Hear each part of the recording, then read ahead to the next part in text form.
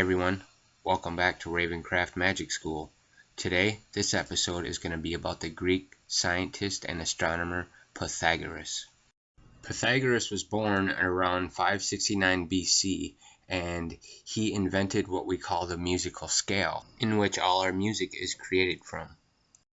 He made many scientific breakthroughs in geometry, and he pointed out a lot of geometrical mysteries in the pentagram.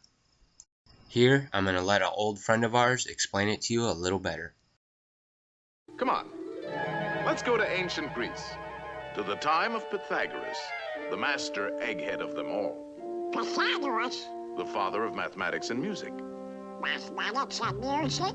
Ah, you'll find mathematics in the darndest places. Watch. First, we'll need a string. Stretch it good and tight, plunk it. Now divide in half. Plunk again. You see? It's the same tone, one octave higher. Now divide the next section. And the next. Pythagoras discovered the octave had a ratio of 2 to 1. With simple fractions, he got this.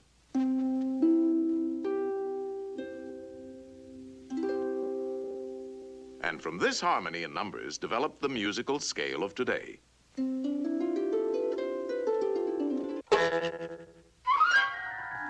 By golly, you do find mathematics in the darndest places. You can imagine how excited Pythagoras was when he shared his findings with his pals, a fraternity of eggheads, known as the Pythagoreans.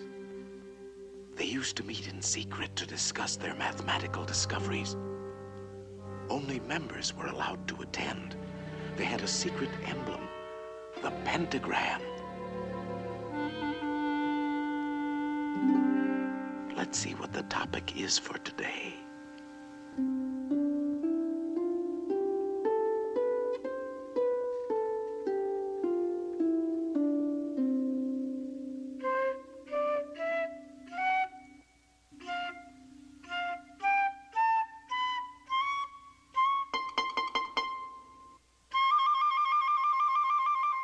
Pythagoras, boy, put it down.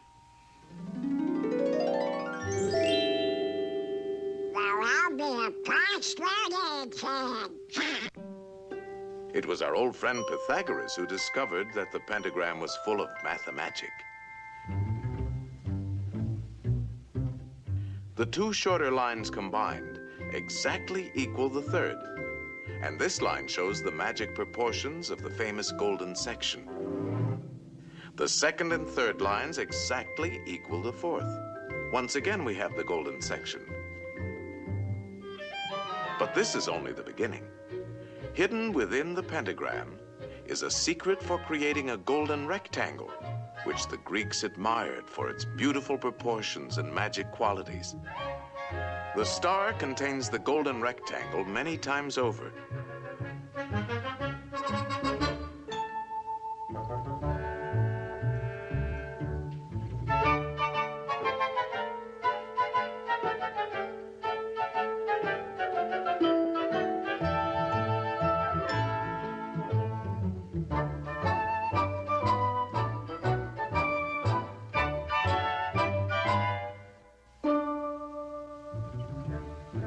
It's a most remarkable shape.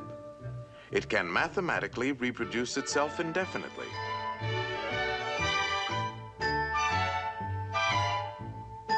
All these rectangles have exactly the same proportions.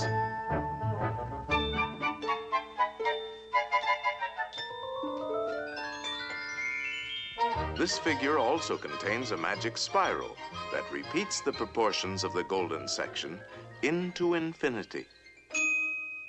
To the Greeks, the golden rectangle represented a mathematical law of beauty. We find it in their classical architecture. The Parthenon, perhaps one of the most famous of early Greek buildings, contains many golden rectangles.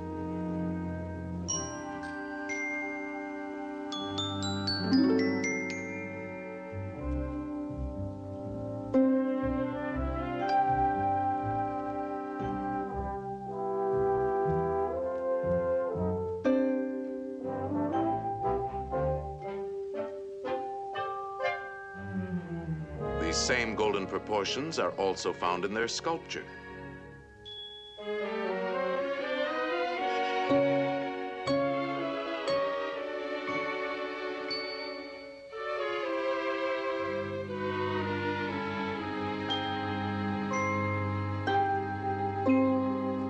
In the centuries that followed, the golden rectangle dominated the idea of beauty in architecture throughout the Western world. The Cathedral of Notre Dame is an outstanding example. The Renaissance painters knew this secret well.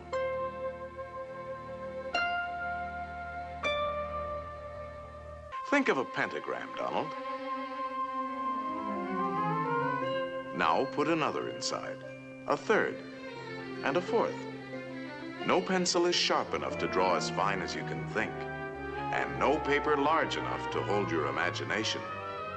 In fact, it is only in the mind that we can conceive infinity. Mathematical thinking has opened the doors to the exciting adventures of science. I'll be doggone. I've never seen so many doors before. Each discovery leads to many others, an endless chain. What's the matter with these doors? Hey! These doors won't open. They're locked. Of course they are locked. These are the doors of the future, and the key is... Mathematics. Right. Mathematics. The boundless treasures of science are locked behind those doors. In time, they will be opened by the curious and inquiring minds of future generations. In the words of Galileo, mathematics is the alphabet with which God has written the universe.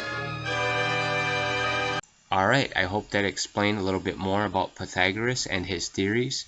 Thanks for watching and stay on the positive path.